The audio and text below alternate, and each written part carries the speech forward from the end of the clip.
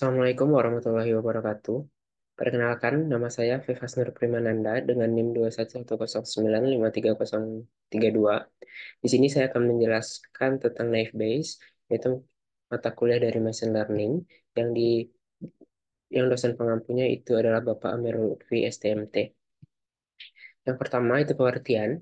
Naive Bayes adalah sebuah algoritma pembelajaran mesin yang digunakan untuk mengklasifikasikan data berdasarkan fitur-fitur yang ada.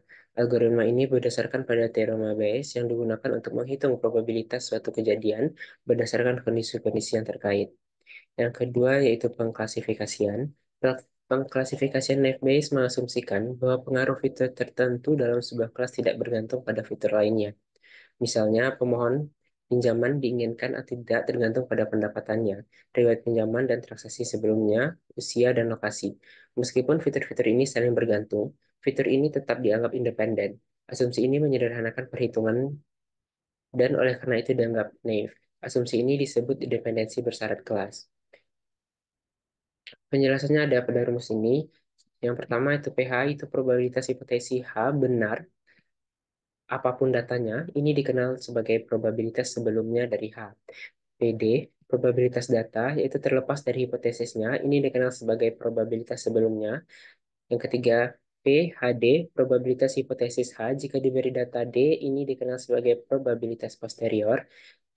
Selanjutnya, PDH itu probabilitas data, D jika hipotesis H benar, ini dikenal sebagai probabilitas posterior. Selanjutnya, bagaimana pengklasifikasian Naive-Bayes bekerja? Mari kita pahami cara kerja Naive-Bayes melalui sebuah contoh.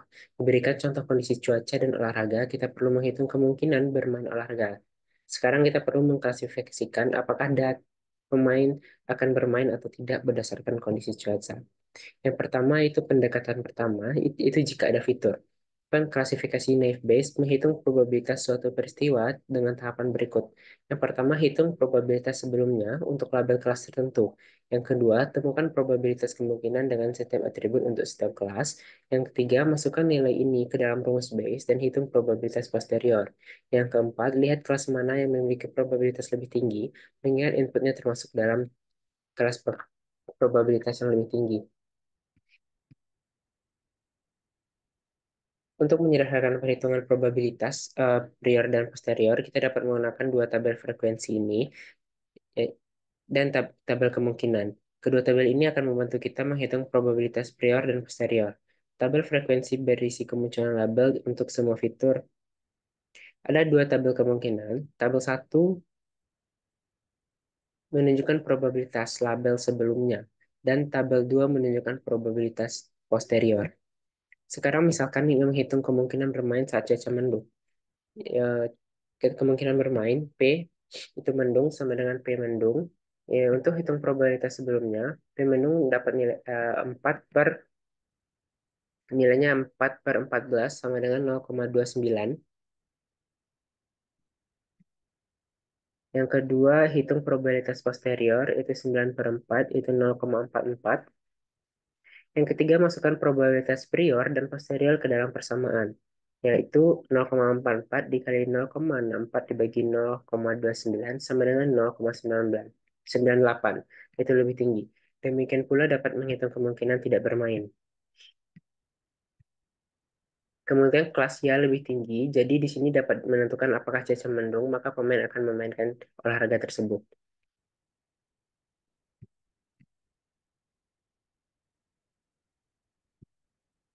Selanjutnya yaitu jenis-jenis Naive Bayes. Naive Bayes terdiri dari beberapa varian yang masing-masing dirancang untuk jenis data yang berbeda.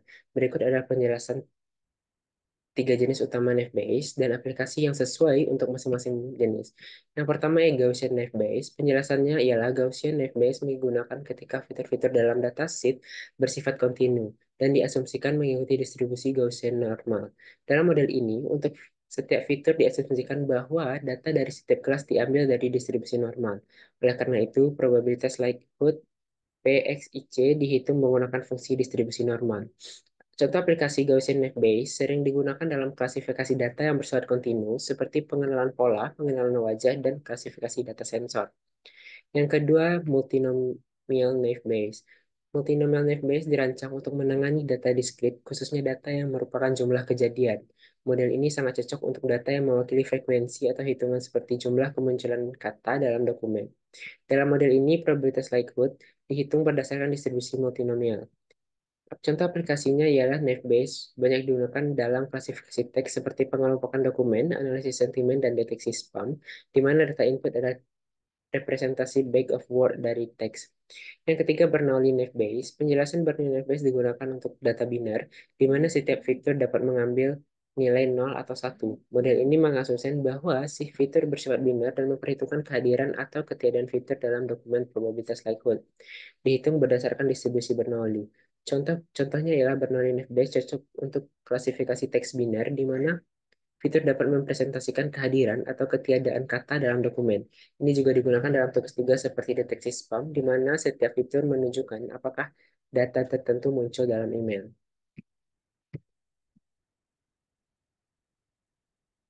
Lanjut, contoh pengaplikasian Naive Bayes. Eh, Codingan ini adalah contoh aplikasi Naive Bayes. Codingan tersebut menggunakan library Scikit-learn untuk melakukan klasifikasi data menggunakan algoritma Naive Bayes.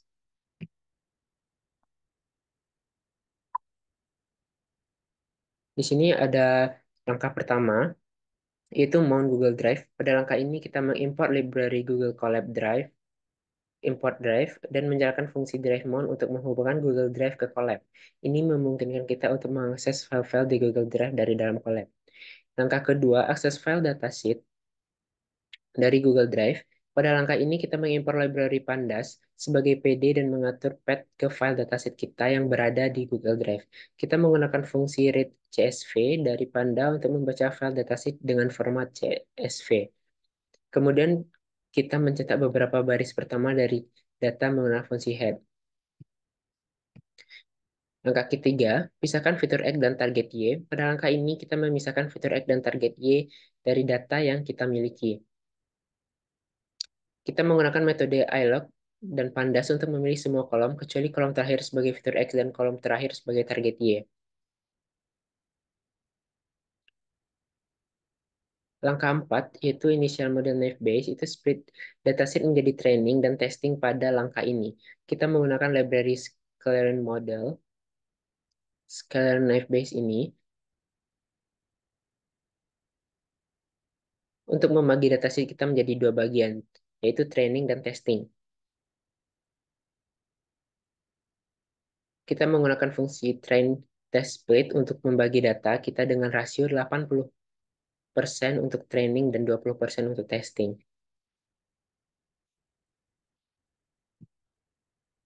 Langkah kelima, inisialisasi model naive Bayes. Pada langkah ini kita mengimport library Scikit naive Bayes dan menginisialisasi model naive Bayes menggunakan kelas Gaussian NB.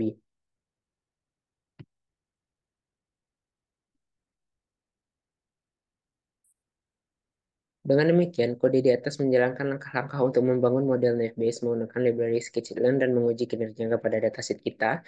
Yang datasetnya di mana datasetnya itu tentang eh, glukosa dan tekanan darah untuk penderita diabetes. Jadi di sini adalah outputnya, di mana di sini ada data snippet. Beberapa baris pertama menampilkan sebagian kecil dari dataset yang mencakup glukosa, tekanan darah, dan diabetes. Kemungkinan variabel target dengan 0 dan atau 1 yang mewakili kelas. Yang kedua adalah akurasi. Akurasi model ini mencapai akurasi sebesar 92%, 92,96%, yang berarti model tersebut dapat mengklasifikasikan dengan benar sekitar 93 dari 100 contoh. Yang ketiga itu laporan klasifikasi. Yang pertama yaitu adalah presisi, mengukur beberapa sering model tersebut benar ketika memprediksi kelas tertentu. Yang ke 0 atau 1.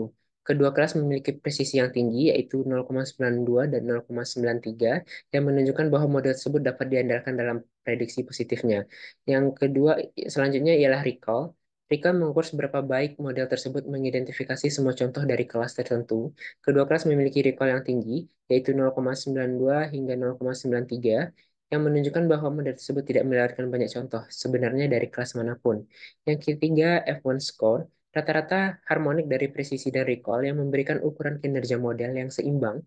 Kedua kelas mencapai F1 score sebesar 0,92 sampai 0,93 dan yang menunjukkan kinerja yang kuat secara keseluruhan.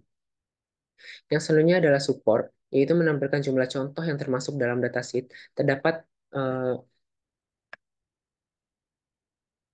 terdapat 93 contoh dari kelas 0 dan 106 contoh dari kelas 1. Yang keempat itu adalah rata-rata. Rata-rata makro AVG menghitung rata-rata yang tidak terbobot dari presisi recall dan F1 score di seluruh kelas. Yang kedua adalah weight AVG menghitung rata-rata yang dihitung berdasarkan jumlah contoh dalam kelas. Jadi dari kesimpulan dari codingan Python ini ialah model tersebut menunjukkan kinerja yang sangat baik dalam mengklasifikasikan diabetes, di mana berdasarkan fitur yang diberikan, presisi, recall, F1 score, dan support yang tinggi di seluruh kelas menunjukkan bahwa model tersebut kuat dan dapat digeneralisi dengan baik ke datasheet ini dengan akurasi 92,96%. Mungkin sekian penjelasan dari saya. Sekian terima kasih. Assalamualaikum warahmatullahi wabarakatuh.